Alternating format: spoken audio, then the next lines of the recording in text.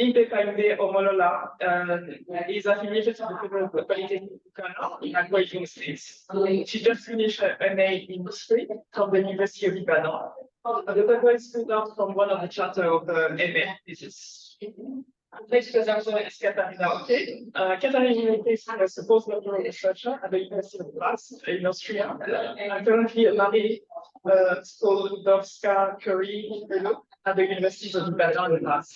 She has worked on agriculture, including Lagos, and has recently started postdoctoral projects on making things, creating meaning, making an experience in Lagos and Adelaide. The next presenter is Chinonso Henry Obiao. Chinonso has had a BA in history and MA in history from the University of Ibadan. His interests are in the area of colonial and postcolonial in Africa. His primary interest is the history of agricultural production in southwestern Nigeria. And his research aims at to capture broad trends relating to health, environment, social, spiritual, and economic effects of tobacco production. He's also a prospective PhD student. And myself, I have an MA and MPhil in economic history. My main focus is monetary history, and I'm also a prospective PhD student. So the first presenter is Yihua. Do you have some slides? Oh, can you hear me? Yes, we can. Okay. Let me share. Can I share my screen? Is it okay if I share my screen? Can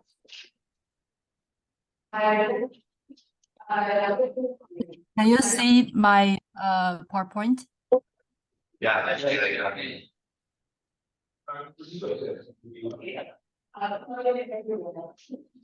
Okay, I shall begin my presentation. The name of my presentation is Made in China Textiles, the differentiation of textile market and the changing context of genering in contemporary Nigeria. As a Chinese PhD student who studies African society and culture, I was quite shocked by the fact that many of the textiles sold on markets in West Africa are made in factories in China. I started to investigate this phenomenon last year.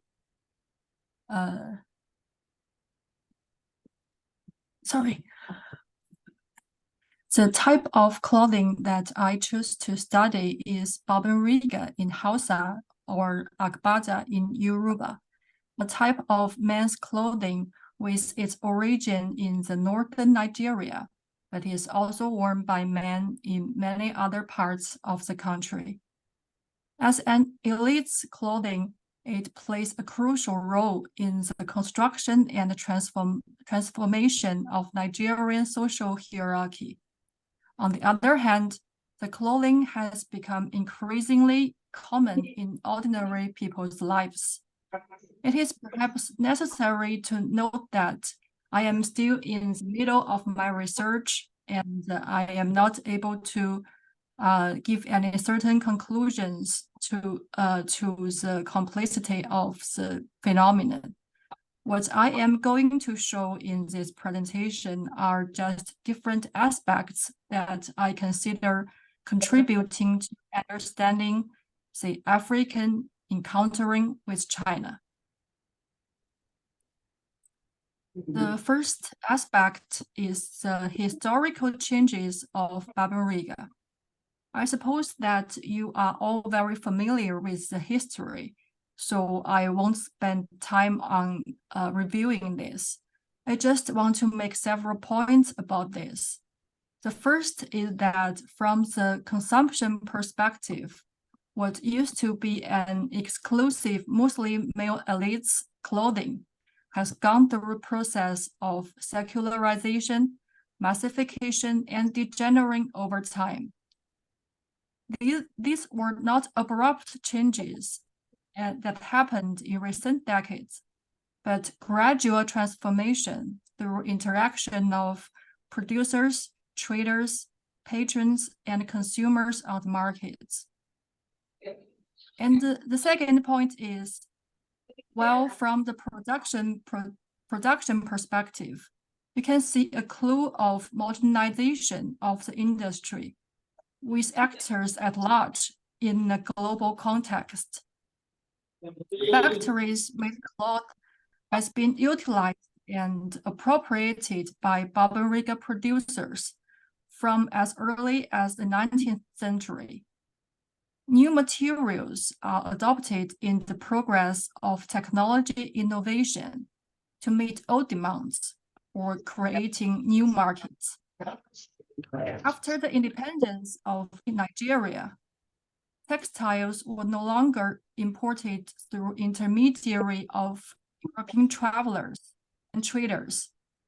Nigerian traders built networks directly with the most vibrant production centers in different historical periods. This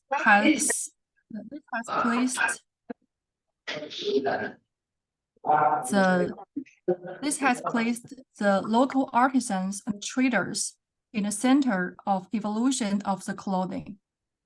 Contrary to idea that tradition is static and belongs to the past, these actors have constantly brought about changes with deployment of imported textiles and machines at hand, but also before textiles were imported to the land. Their practices are deeply influenced by the local political economy. For example, from Karki to Akbada and from Akbada to Karkis. The result is that what President Tinubu wears today is actually very different from the Sokoto Caliphate period, and also from politicians' garments in the 1960s. Considering that Barbariga is ever-changing through history, fashion is perhaps the most proper word to understanding the clothing culture, rather than what it is now used, which is its antonym, tradition. This leads to the next aspect I would like to discuss.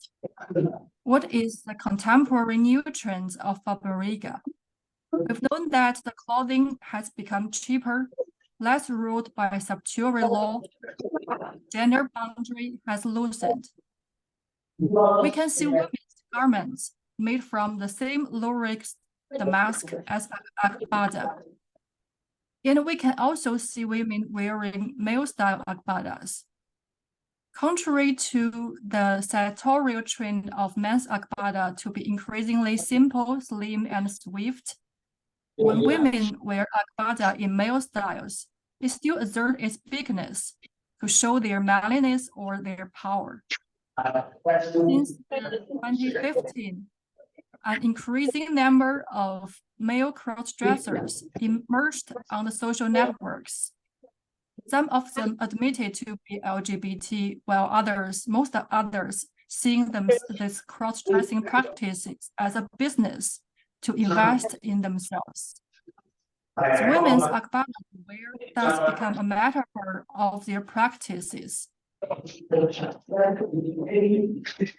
Sorry, can I go on?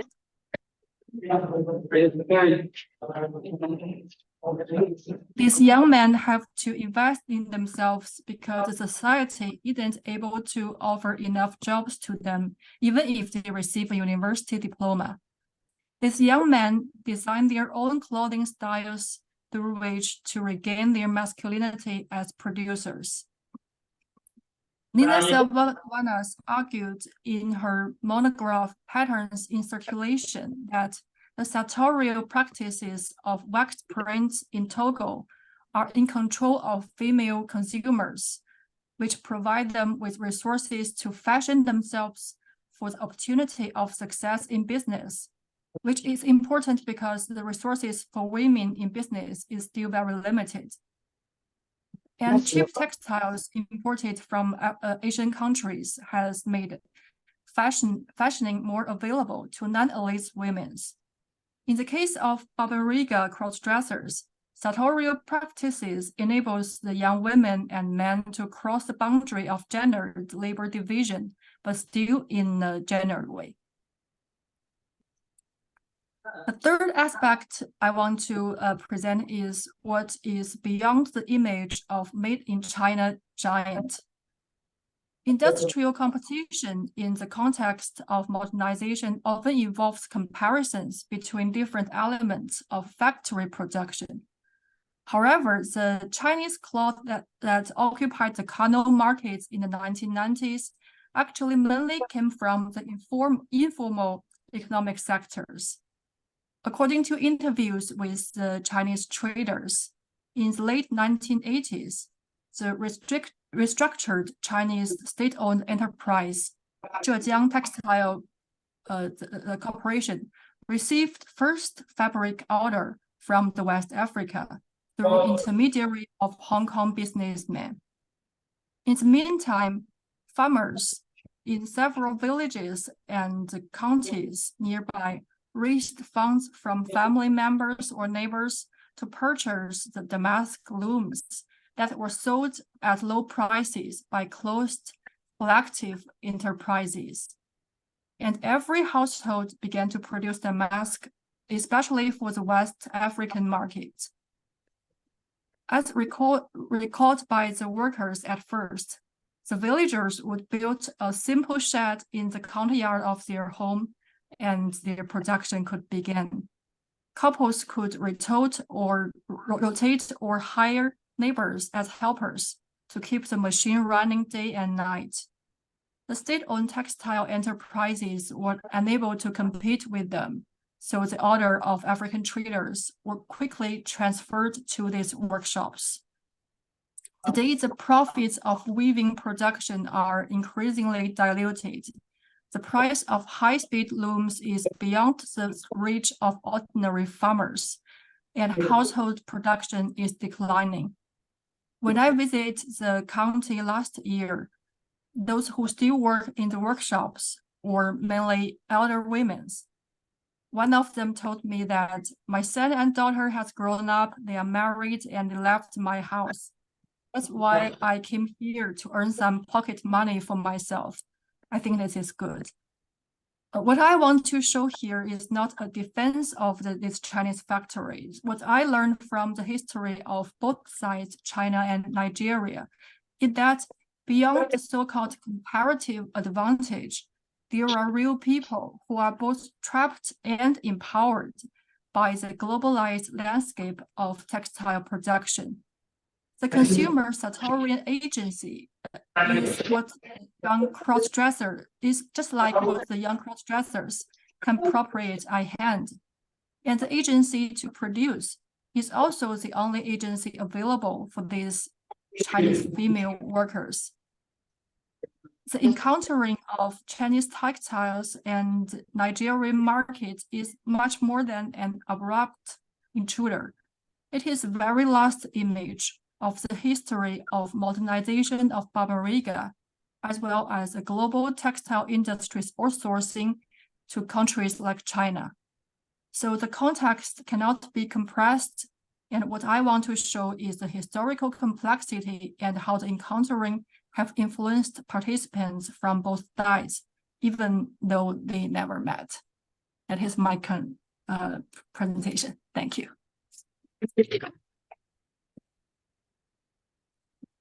The next presenter is Jean Pesh, who will talk about gender old man production in Aquaibon. Good morning, everyone.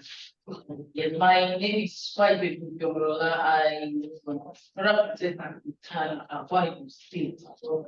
Please, there will be a bit of a change on the title.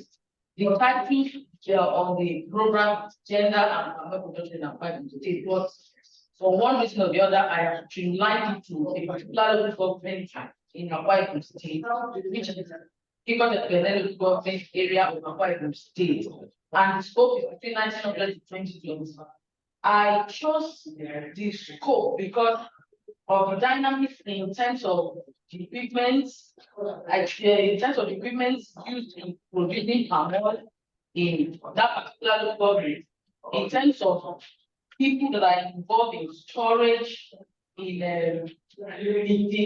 making palm oil, and even in selling palm oil within that local government. So palm oil production is as long as the existence of that particular government in a 5 states. So the palm oil production as a whole is an enterprise that has been for a very long time, even as far back when there was slave trade in Nigeria. They were both there was trade in both farmer production and slave trade, and also when there was the slave trade and farmer production now became like the plant economy within Africa and West Africa to be precise. Then when we come down to Nigeria, we're talking about when it comes to palm oil production, it is majorly from the colonial period. They call it Eastern Province of Nigeria, while Akwa Ibom belongs to the Niger Delta region of this particular province. So Eco-Dependent was a local government that existed for a while, and the palm oil production as a business has taken it as being one of their enterprises that that people get involved with.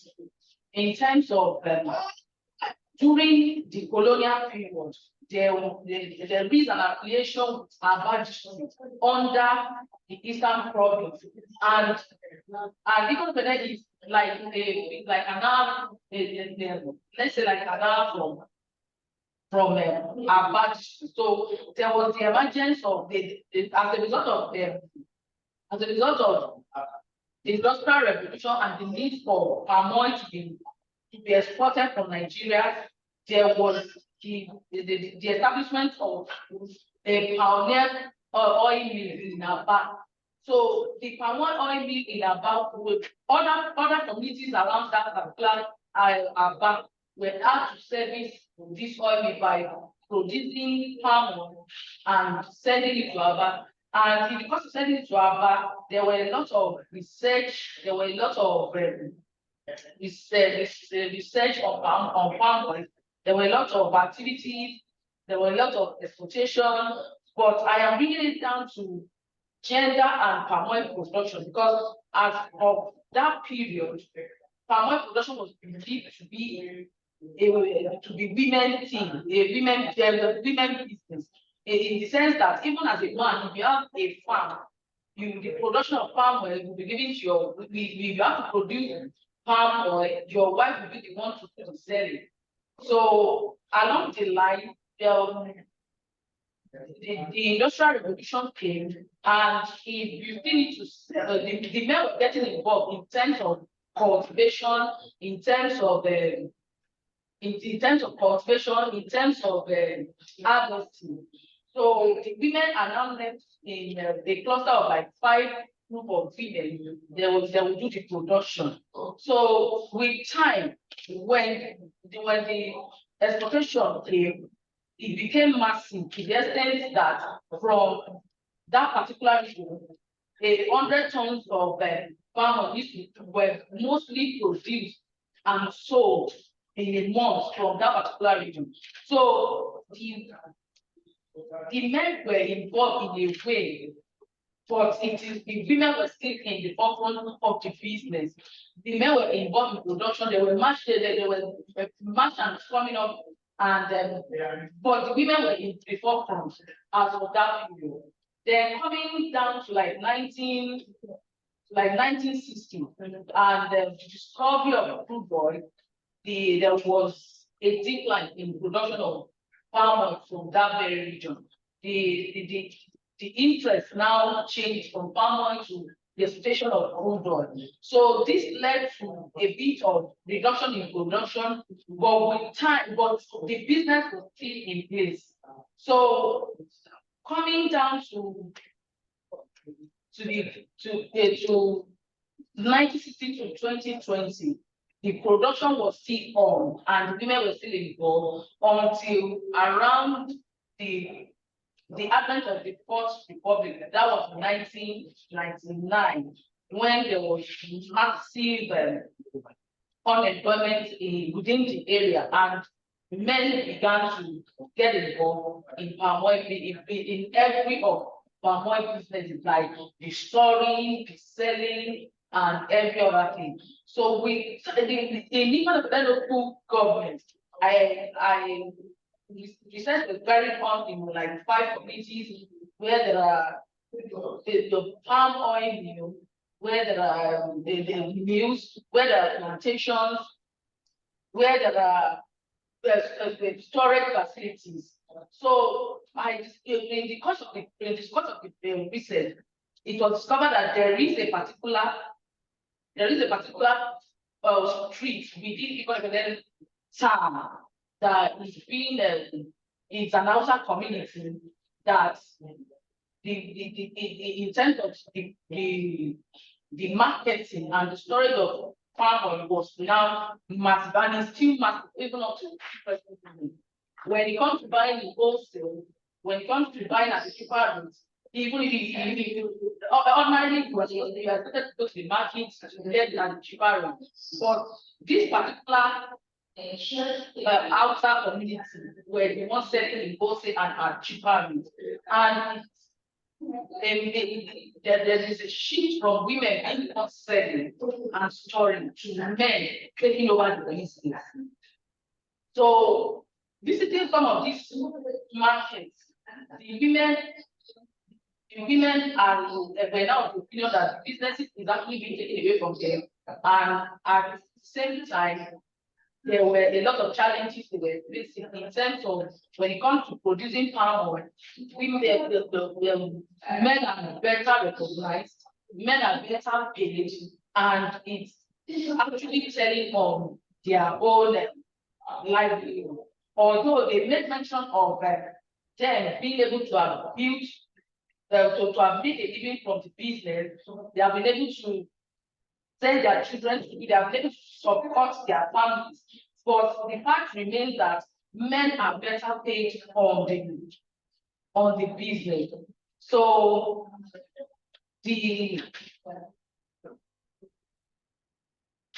men are better paid on the business. So there is this and in the course of the research, in the course of research, the trade routes through which these farmers were being sold out, especially from 1960, were now through Ikonepene and Aba. There is Ikonepene and Aba. There is Ikonepene and Aba. There is a trade route through which palm oil are being sold. There is Ikonepene and Yo. There is Ikonepene and Umaya, and then from Umaya, there are the palm oil are still being sold within Nigeria, and mostly to the northern part of Nigeria, like Kano, like Kaduna, then to some certain part of Lagos State. So this does not mean that other activities were not going on. There are determinants to selling palm oil in the place in terms of the demand and supply. When there is high demand, then when the supply might have to come up, or there are times it might have to come down. Then whether has an impact on it in terms of production, government policies, then transportation and logistics has an impact on its exchange rate, and has an impact on it. Then the women were of the opinion that there are some the actual parties, there are some socio-economic importance of this palm oil business in terms of income generation, in terms of job creation, in terms of intergroup relations. Even in my course of interacting with them, I discovered that some of these women are educated, but as they had to dwell into the business because there was no white collar job. Although some of them too were the businesses that were passed on from parents to children and the rest. Then the challenges they were facing, besides that men are taking over the business, in the course of the research, I discovered that there was neglect from government in terms of helping up with the business. There is poor agricultural practices among them, no incentive.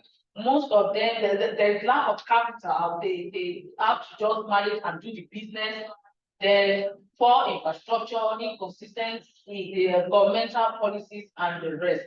But to cut this the story short, I was able to discover some gap in the course of the research in terms of helping the women to overcome some of these things.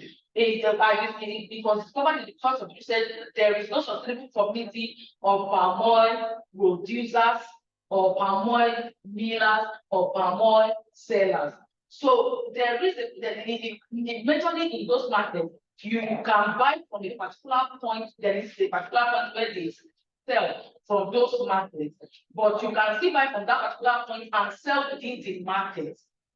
So it's always telling on those women that are into the business per se. So I discovered that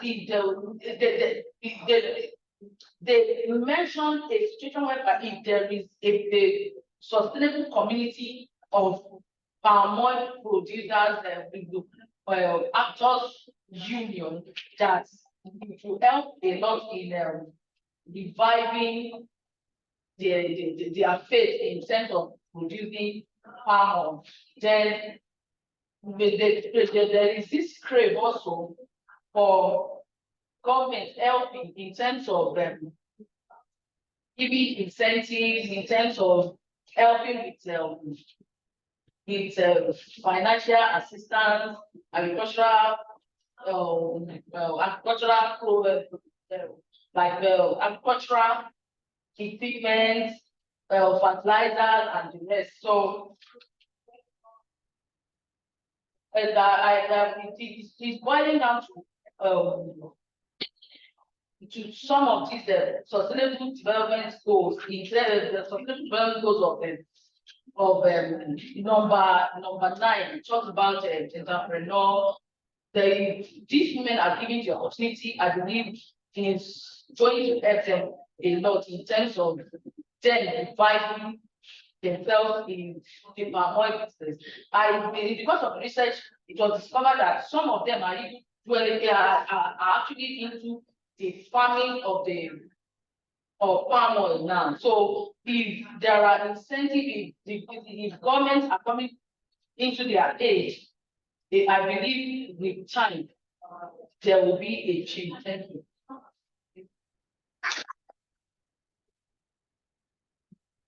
The next speaker is from Colonial.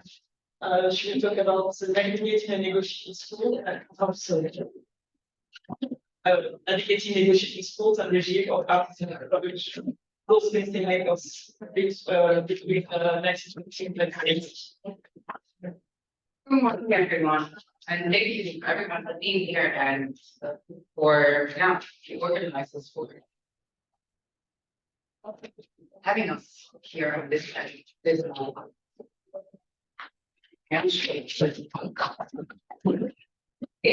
so my presentation offers a snapshot into an ongoing research project on artisans and craftspeople, and in particular goldsmiths and bakers, and the history of making things in Lagos and Accra. The project seeks to bring together cultural and economic history, the history of promotions, and urban studies.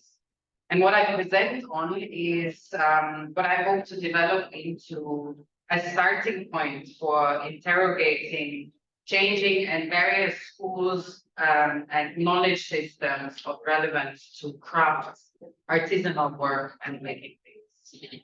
So just very briefly, I refer to crafts, and by that I mean professional activity involving skill in making things by hand, the work of artisans, and the making of products which serve an utilitarian purpose. Today I will address crafts more broadly and then zoom in on those. The broader project brings together archival work and oral history interviews, and this presentation mainly relies on archival work, archival research in the National Archives in Lebanon and in the UK, but I will also refer to one interview I've done with the committee in Lagos earlier this year.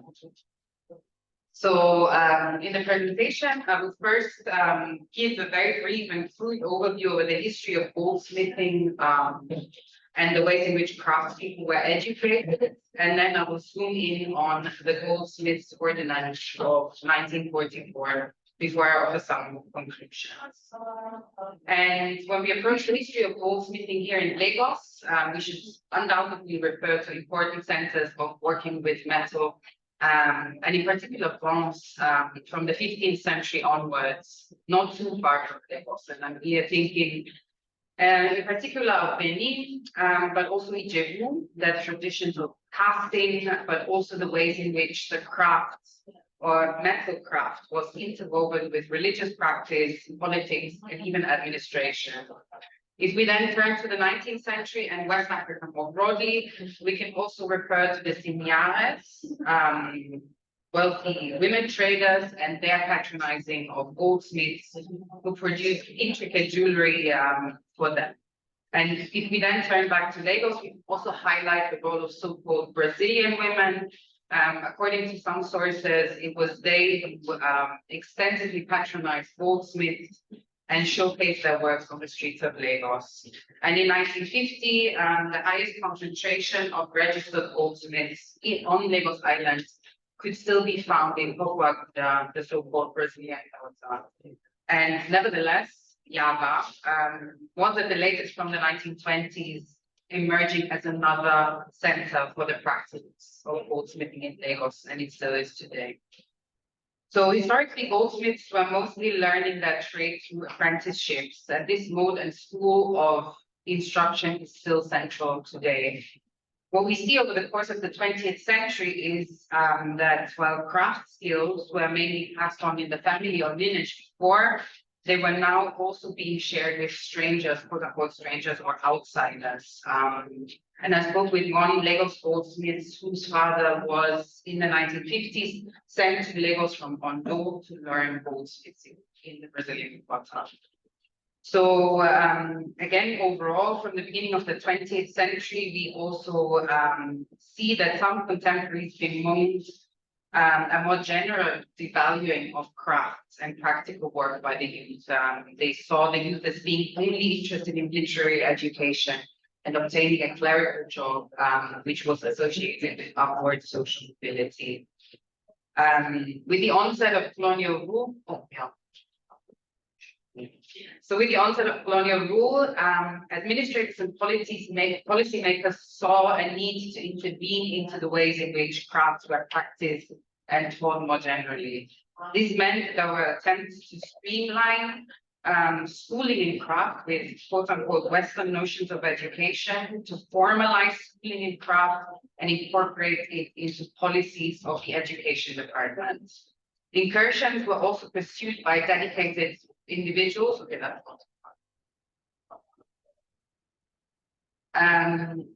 so these incursions were also pursued by dedicated individuals such as Mr. Mayo in Ghana and Mr. Southern in Nigeria. And their approach to crafts might be illustrated with what's on this slide here.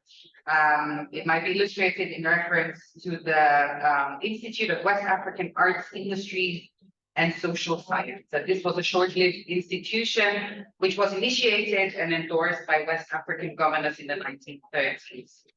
Positions, aims, and views expressed here mirror earlier views by missionaries who set up workshops from the late 19th century. They mirror policies which sought to formalize schooling in crafts, and they can also be traced in later schemes under the umbrella of colonial development or development more broadly. And European quote-unquote specialists saw themselves as being in a position to stimulate indigenous arts and industries by bringing them into contact with more quote-unquote efficient techniques and tools. So this was about skill and technique, about Europeans seeing themselves as the ones who would jumpstart industry.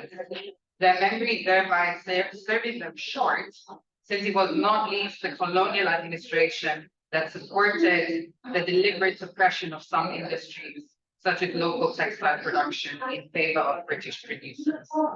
And this was also despite the fact that there was at least some awareness that capital shortage and not the lack of skill and technique hampered the emergence of industry locally. So from the 1920s, colonial educational policies were placing more emphasis on practical education and seeking to initiate a shift from so-called quote-unquote literary education towards practical education. And around this time, we also see even prestigious schools such as Achimota College in Ghana admitting students to complete an apprenticeship style education. And Achimota was really like to conceptualize as a school for the future political and educated elite. So this was quite a shift. In 1944, and here I refer to the 10-year educational plan of 1944, colonial administrators were seeking to establish trade centers for the better training of handicrafts along the lines that illustrated before. In 1955, we see schools in the Western region offering vocational courses. But after the war, emphasis was also put on technical education on university level. And this was expanded after independence. So yeah, we see various university courses emerging in this context. But in Nigeria, metalwork was not part of courses offered. But for instance, in Ghana, metalwork, product design was part of the higher education since 1964 at what is now Kwame Nkrumah University of Science and Technology. In Nigeria in the 1970s and 80s, the national policy on education came with a curriculum for the training of craftspeople, which included general education, workshop practice, and entrepreneurial training. And despite all this, we might say a report from the 1970s observes that the apprenticeship model, and thus mainly practical education, was still substantial when it came to the acquisition of practical skills. What we also see after independence in the broader field of artisanal production, let's put it that way, or artistic expression, is a questioning of Western schools of teaching and practicing arts. And here I'm thinking of, for instance, of the members of the Mbari Club in Ibadan in the late 1970s calling for a search for a new aesthetic position, quote unquote, relevant to our time, but authentically of its own culture. And I will come back to this. So after this sort of general overview, I now want to take a step back and zoom into the Goldsmiths Ordinance of the 1940s. And the 1940s, because Toyin Falola argues that this was a time where an important reform of the goldsmith profession was taking place. And what he's referring to is that starting in 1944, colonial administrators extended the Goldsmith Ordinance to Lagos. It introduced in this course goldsmith licensing in Lagos. That meant that goldsmiths who wanted to practice the trade had to undergo a test in order to do so.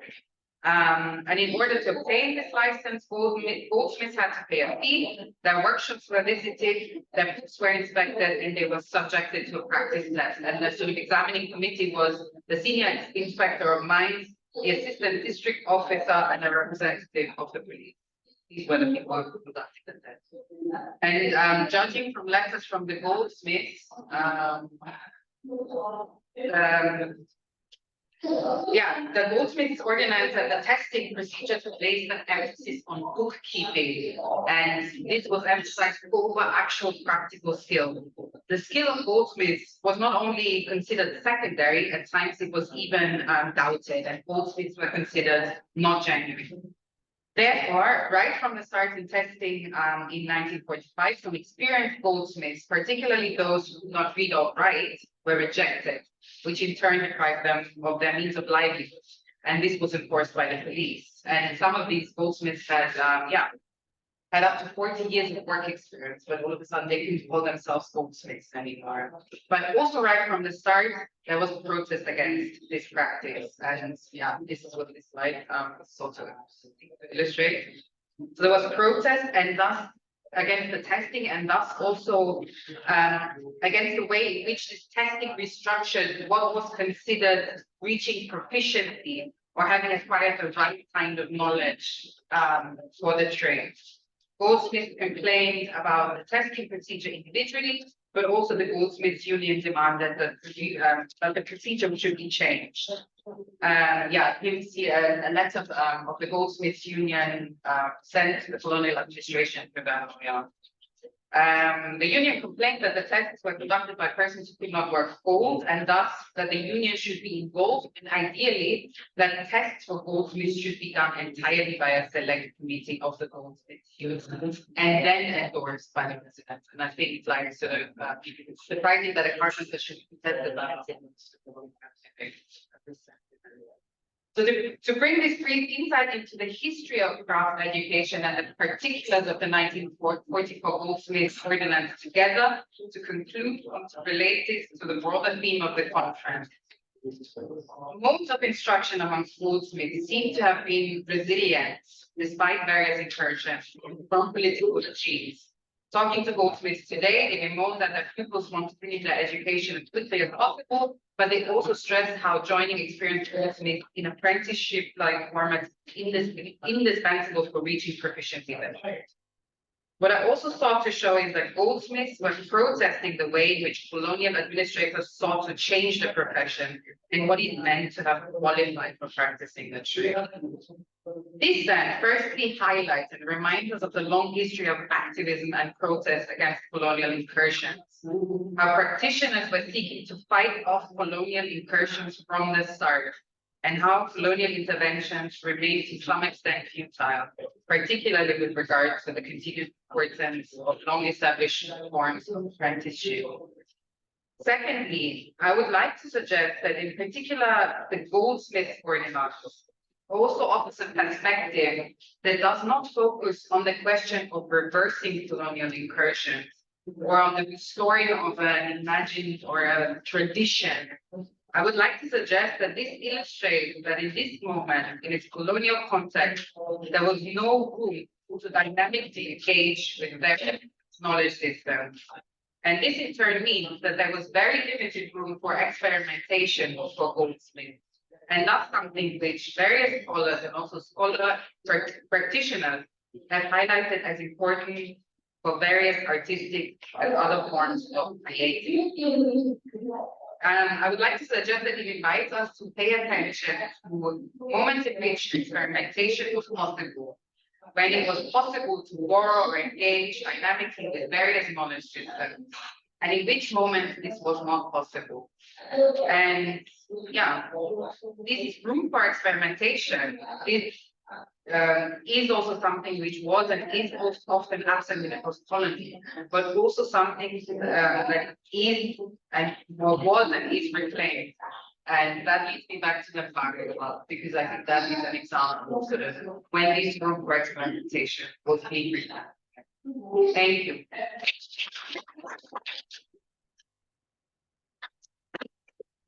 The next speaker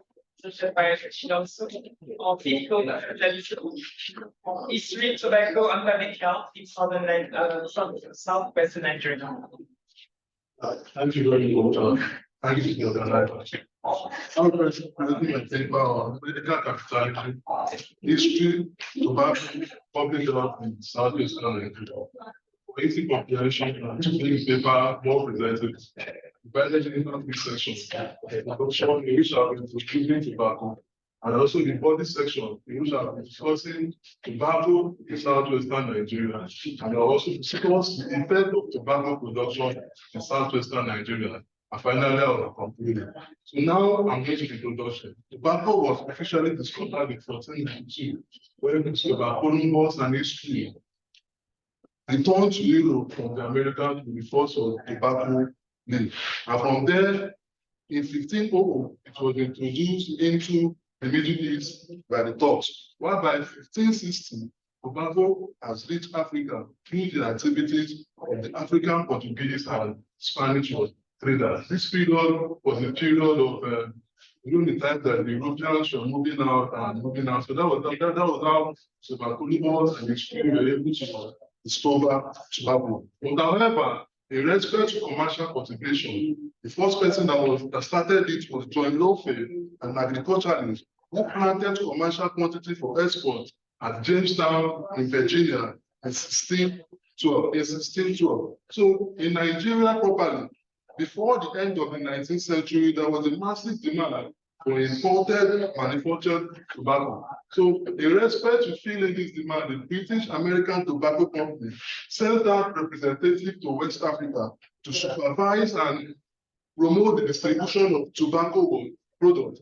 And this made them in 1920, the British American Tobacco Company was able to establish its own depot in southern Nigeria to distribute and sell tobacco products through trade channels.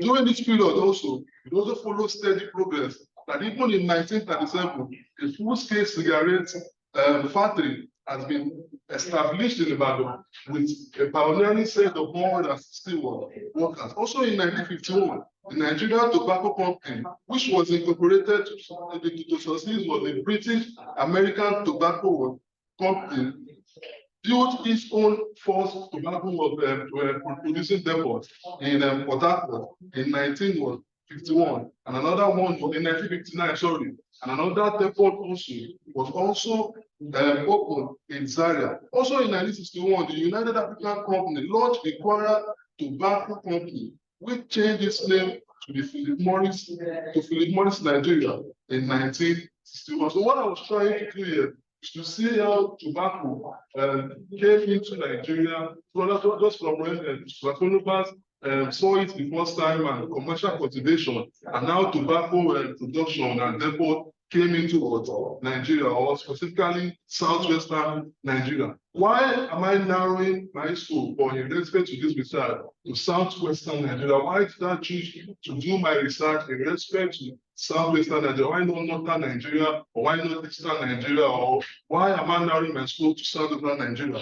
This was because that what the production of field-cut tobacco farming culminated in the realization of the British dream of substituting locally grown tobacco for its importation. And this was the earliest effort to introduce import substitution in the industry in Nigeria. Now, tobacco in southwestern Nigeria, the first attempt to grow tobacco as a commercial crop in southwestern Nigeria was in 1906 when an experimental planting was carried out at Lokomeji in Abeokuta province to check the stability of that part of the territory. An attempt was also made to plant for commercial purpose, which took place in 1911 when the British American Tobacco set out officials to supervise the distribution of the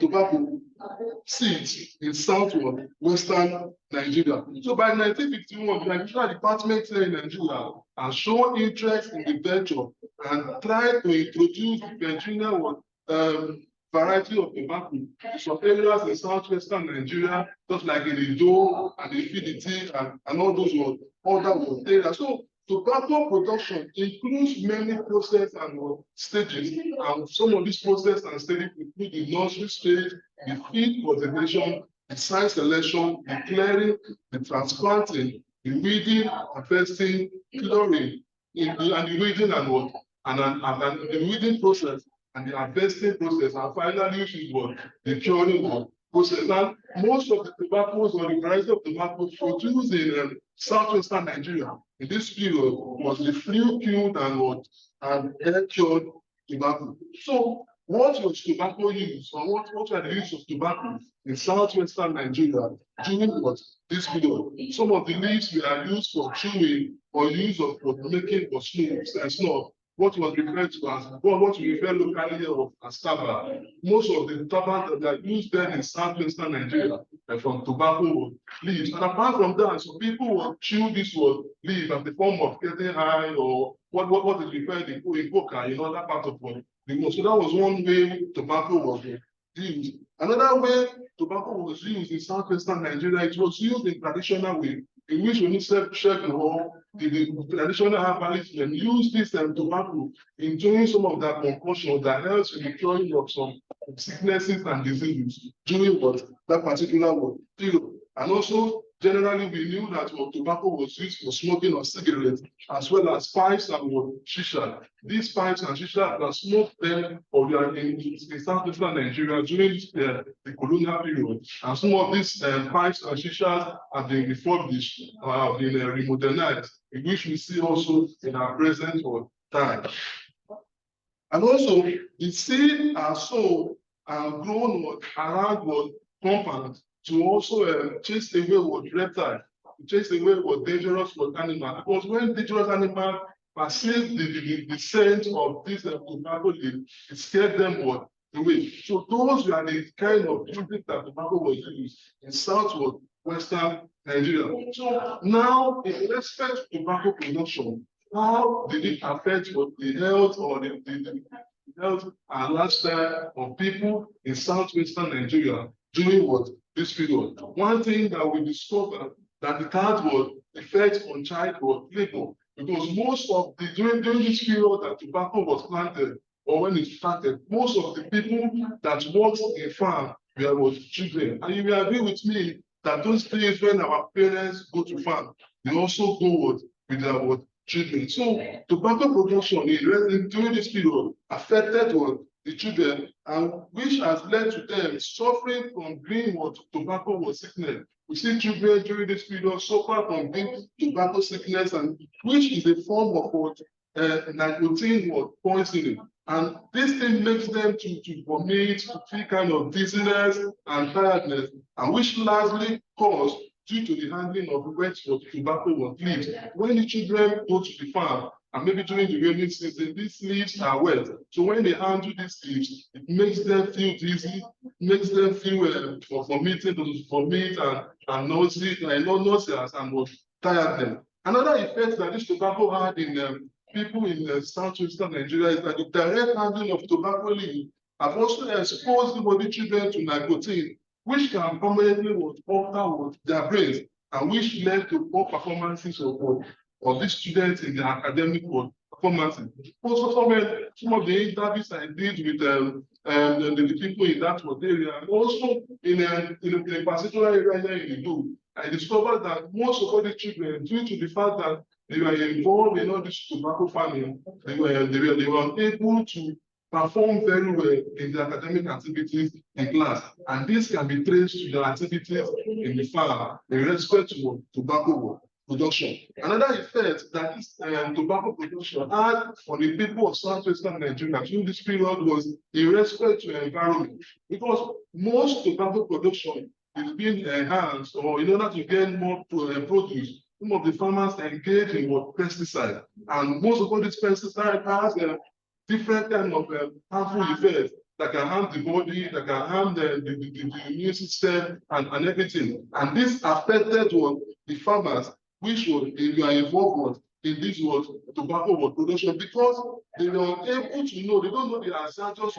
health effects and the proper safety protocol in working and handling of this pesticide. So this pesticide affected them. And another thing again was that the pesticide also went to the soil and also contaminated the water, the food, and also even also contaminating the agricultural produce of other crops that are planted during this period, because it was not only tobacco that was planted, other crops. But based on the chemicals and the pesticide used in respect to getting more produce in respect to tobacco, some of these pesticides affected other crops and even the waterways and everything. So another thing was that this early exposure of pesticide also to children can also lead to cancer, can lead to kidney failure, heart failure, as well as nervous and immune system. These are some of the health implications or health effects or negative health effects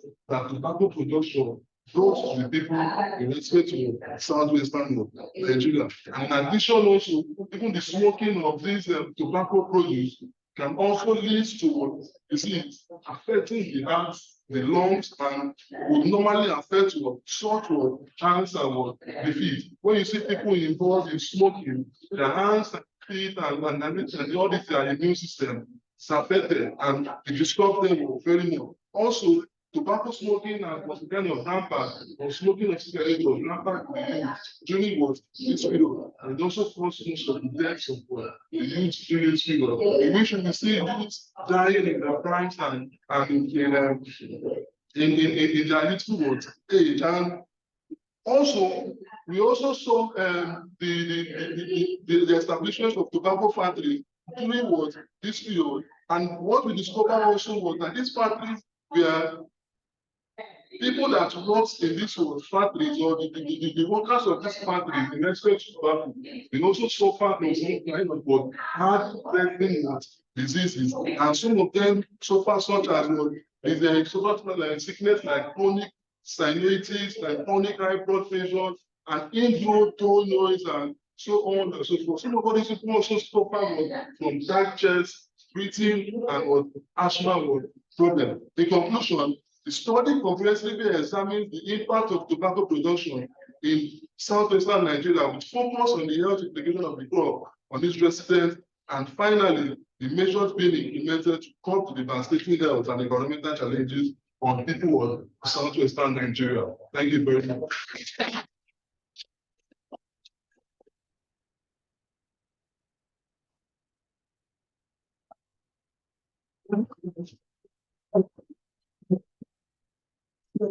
This was on the last paper on the Nigerianization of the public and private sectors between 1948 and 1980. So this paper is still a working paper, and I try to put as less figure as possible. But I also working on the new ideas of prototype by using machine learning techniques. So the organization of the public private sector was one of the main goals of contention stemming from the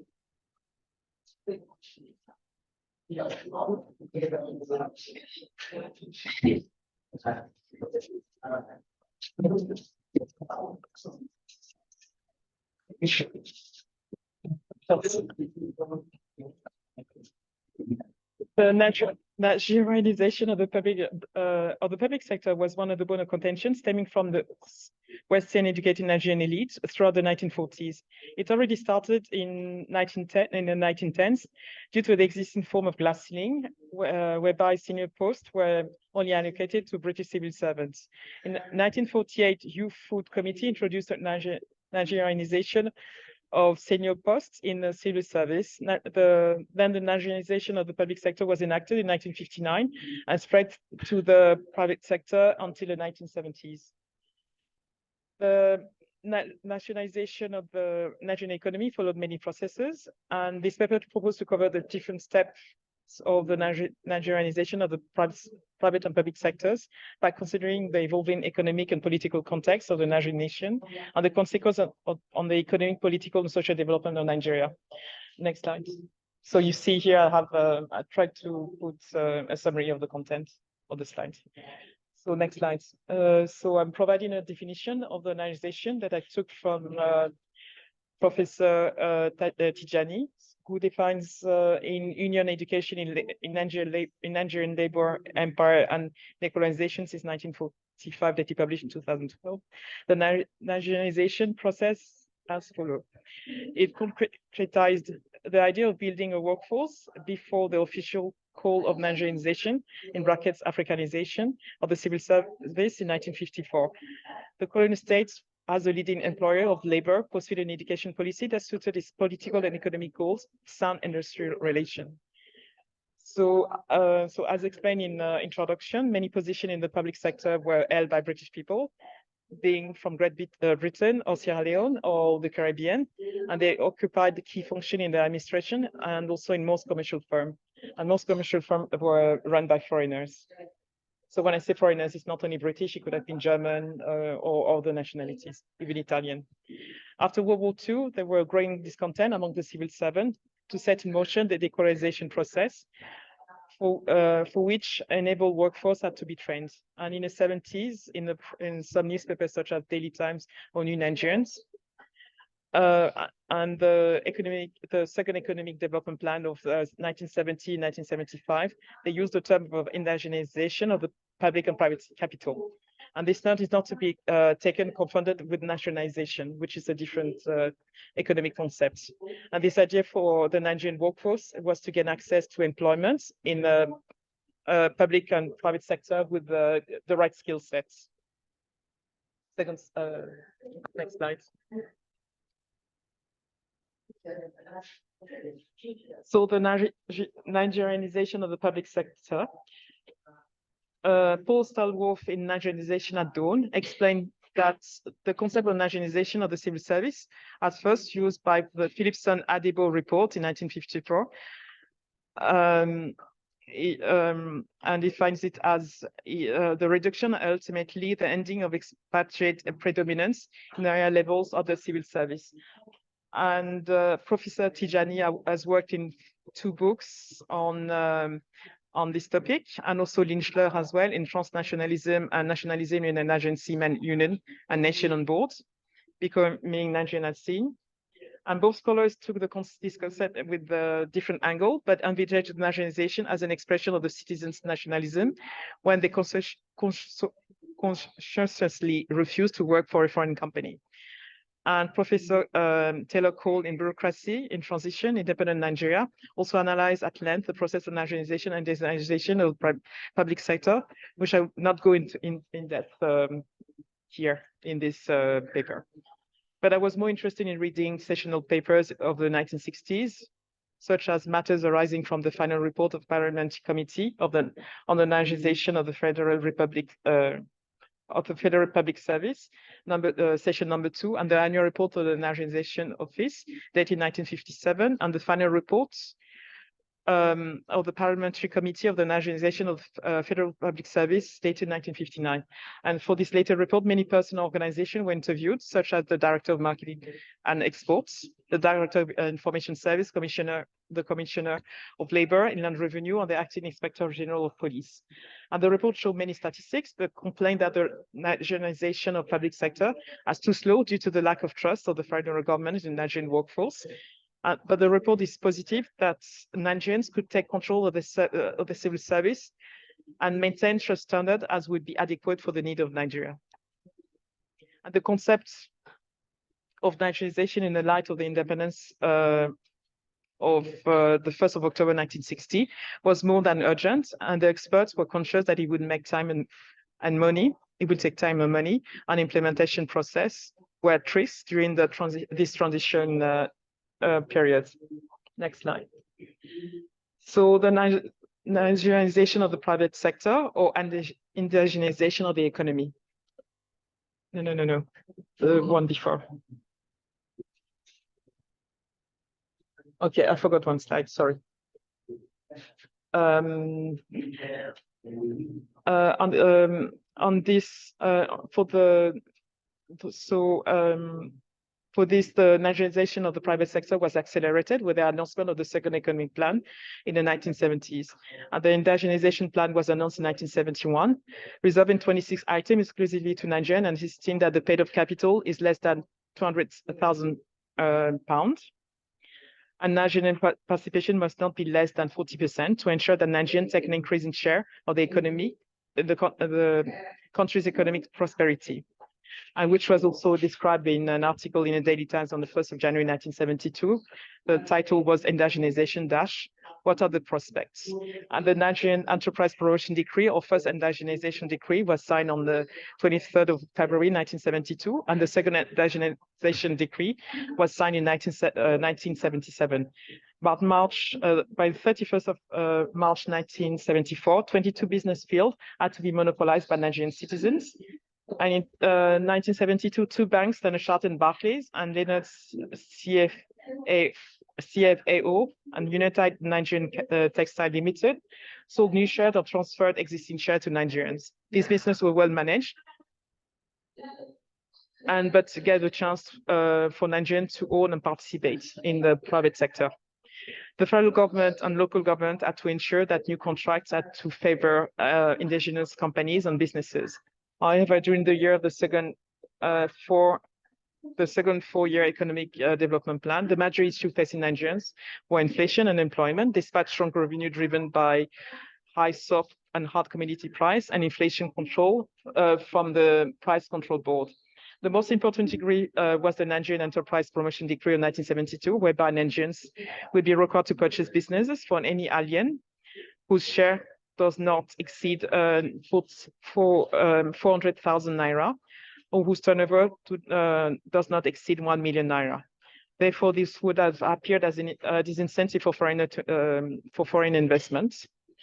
But the Federal Commissioner for Trade, Wenike Briggs, tried to reassure foreigners that they still run and own businesses within the limit of the degree, as explained in an article in the New Nigerian on the 8th of May, 1972, especially this was mainly addressed to the Lebanese community, also called Lebanese Nigerians.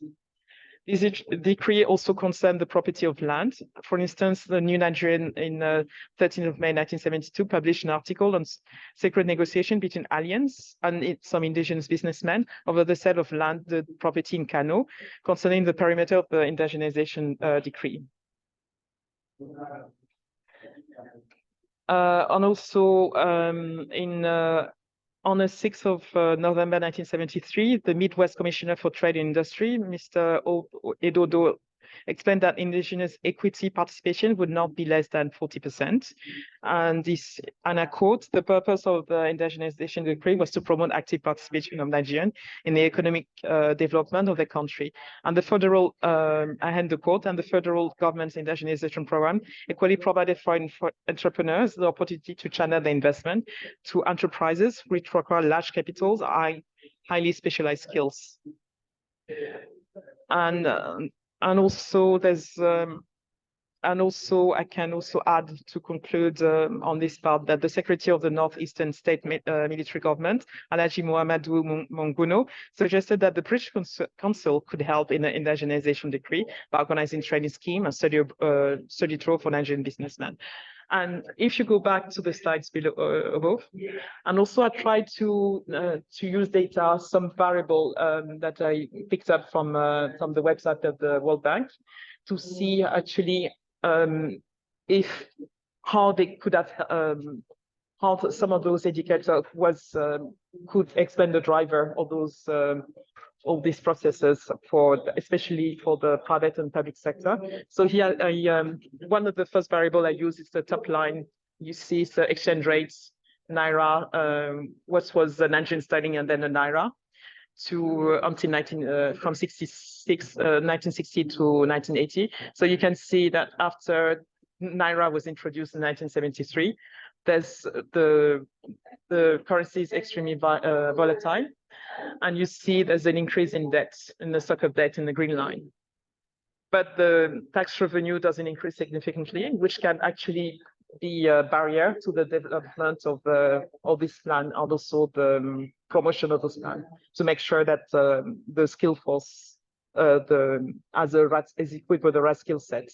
And you can see as well the debt services in terms of extent debt is very low, but the tax revenue is also extremely low. And the GDP actually doesn't increase much. So I think it's another way to look at these problems, and I'm still working on it to add more data, because in this for this forum I couldn't put too much figures just to capture the attention of the public. It's just a way to say that data science could be used as well. And in conclusion, so the process of measure in place to indigenize the whole of Nigeria took a very long time, as the workers had to acquire the technical skills required to integrate the administration and thereafter the private sector. The organization of the indigenization process was not without obstacles and risk, such as implementation, legal, operation, business, economic, and financial risks.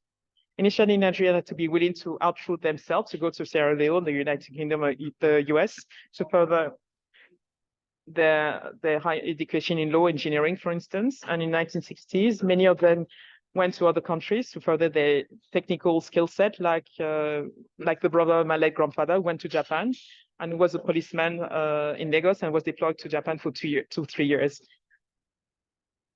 And yeah, and also and many of them managed to secure employment before they returned to Nigeria in the 70s during the economic boom driven by high oil price. Unfortunately, many of you know that the nationalization measure did not materialize in economic sustained development for the wider population to many competing forces in place. And finally, many of the Nigerian skills refused to return to Nigeria to contribute to overall economic development of the Nigerian Federation.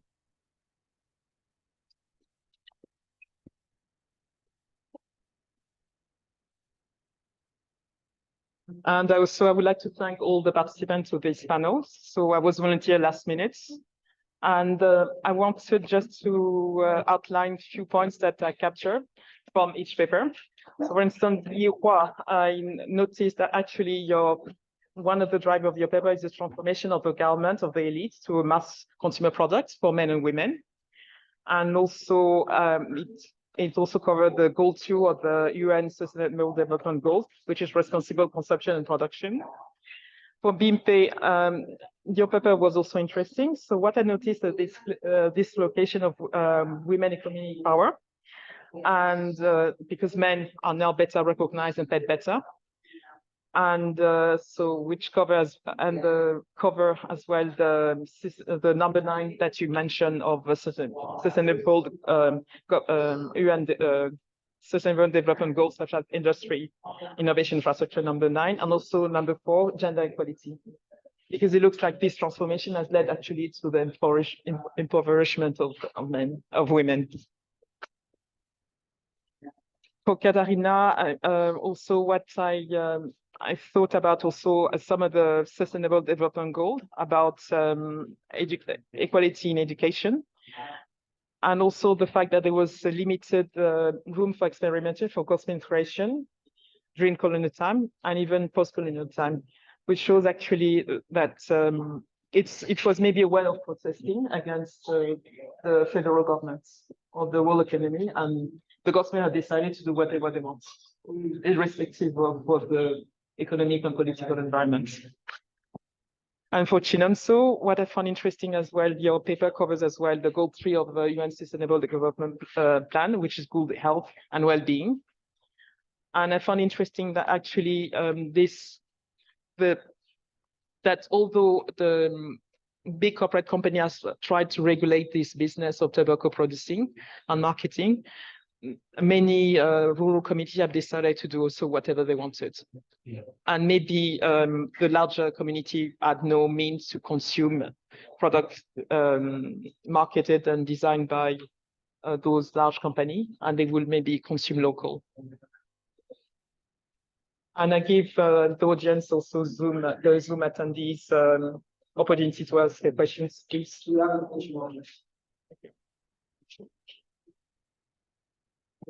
So from my host, Joe. Can you read yeah, could you please read? So, thank you for your presentation, Dr. Okay. It reminds me about the struggle to license here with us strategies. See the context in which the license is no very little, if anything, about that don't engage. White players are asked to navigate the cumbersome and costly operating procedures strategies they are not sending back. Interestingly, some buildings have embraced the licensing process, arguing that it will give them even more legitimacy as experts. Was there any fraction of mental switch from a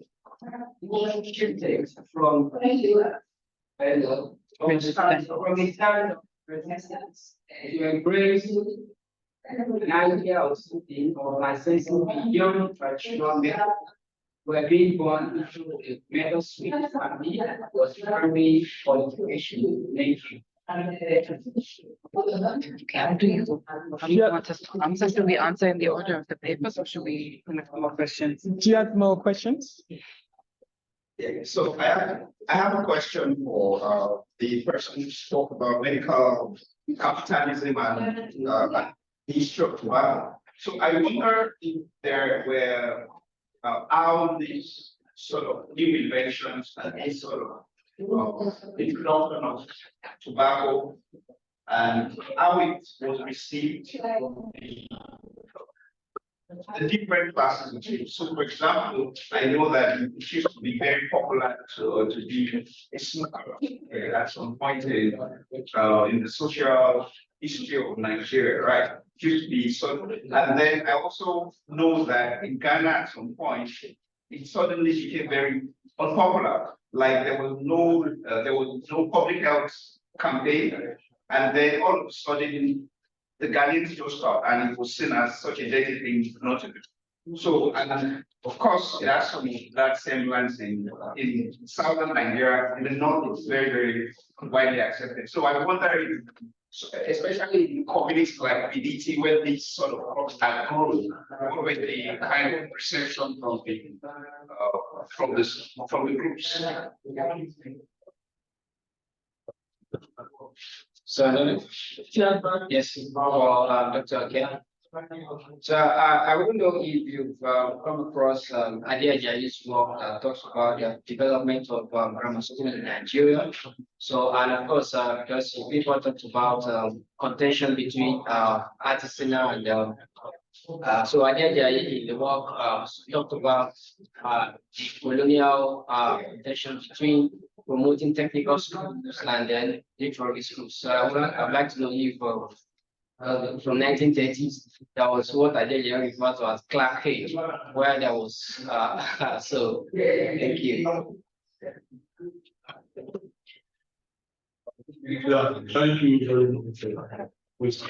We're talking about the reception by the people, but actually for the barrier, I would say the reception I'm not giving is with respect to tobacco production. I can't really take the reception with respect to smoking and everything. So if it's in respect to tobacco production, during this period, the people in southwestern Nigeria, they received tobacco production joyfully. In our archival document, which I stumbled on, and we said that the valley and the chiefs of the people, they are keen on tobacco cultivation for export or sale to the European fair, because with the exception of cotton, no other crop would bring trade and money to the this. So during this period, we discovered that apart from cotton, which we are producing, and maybe tobacco that came, there was no other way for them to get was revenue for export. So when the British came with tobacco production, they wholeheartedly received it, because another way for them to make money and to take care of their families and sourcing of their needs. Thank you very much. Thank you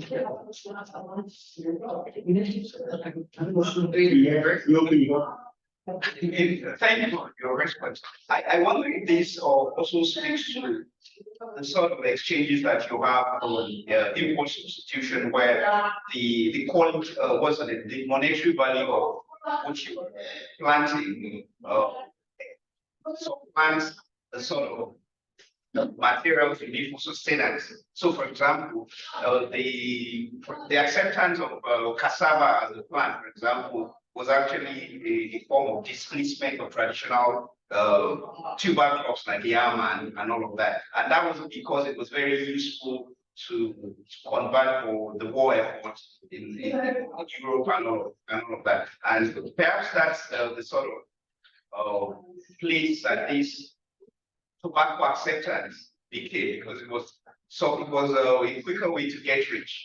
Because I mean, a farmer of whatever might not be as rich as farmer of tobacco, and tobacco then became such a very prestigious crop to grow. Thank you. Okay, so thank you very much for the questions. To respond to the point you made about quality and education, I mean, I sort of portrayed sort of the apprenticeship system as something resilient, but in the end, I think it's often the only opportunity to receive some sort of education. This other forms of education are not necessarily very accessible, so that's definitely address the issue of equality and education. And also sort of from the 1980s, there was this scheme for the National Open Apprenticeship System that sort of pairs apprentices with masters in a sort of attempt to reform the quote unquote traditional apprenticeship system. But sort of from the figures I've seen, it's been 100,000 pupils that have been trained under the scheme since the 1980s. So it is very sort of limited in scope, so it's not that really difficult. Then if I briefly may, thank you, Professor George, for the question about the licensing and sort of the dynamics of licensing.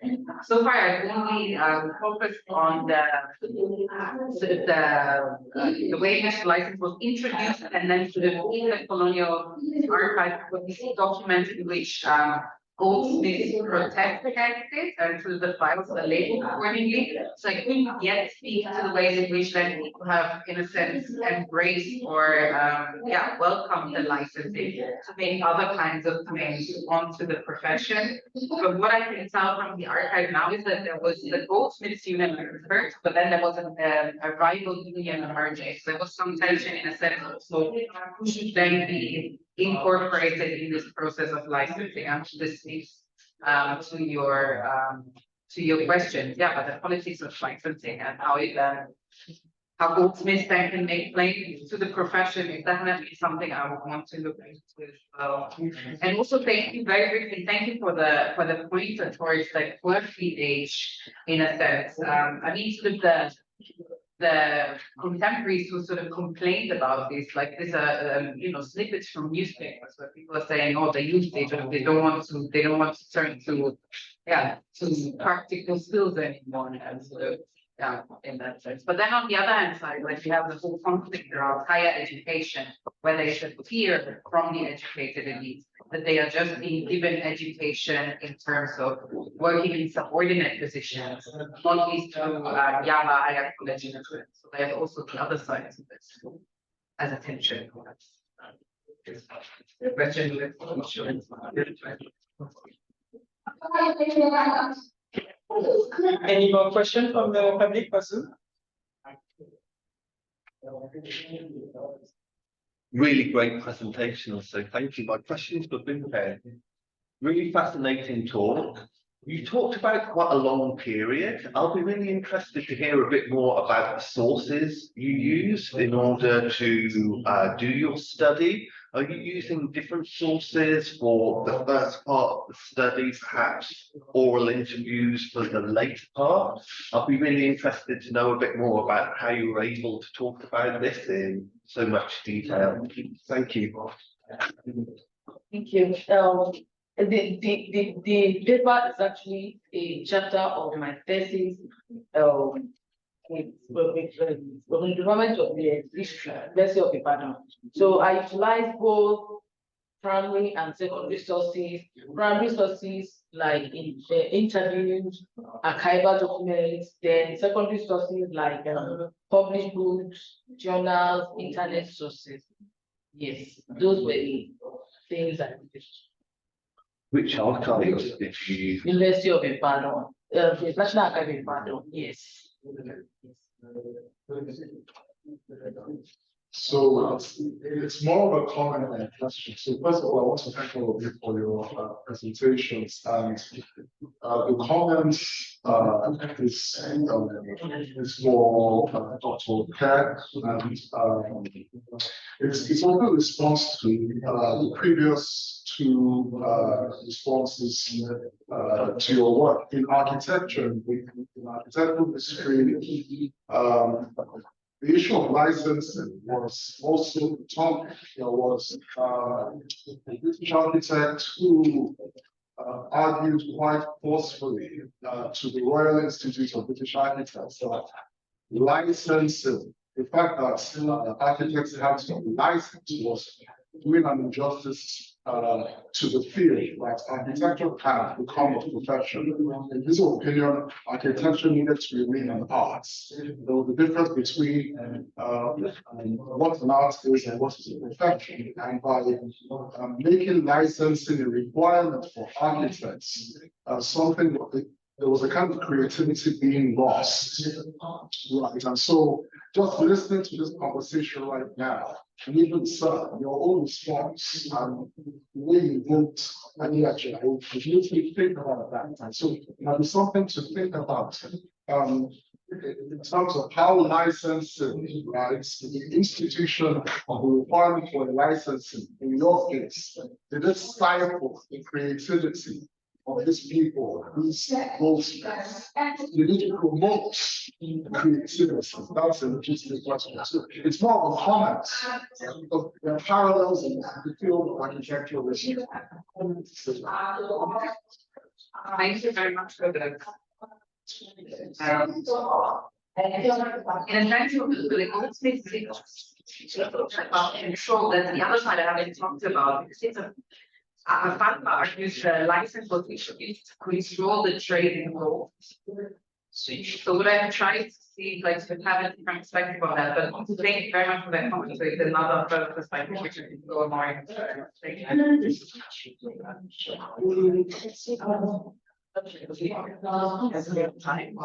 We have another 2 minutes. No, that's. That's the thing. Okay.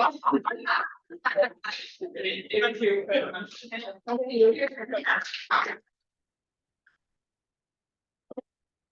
Thank you, bye bye. Okay. Okay. Thanks.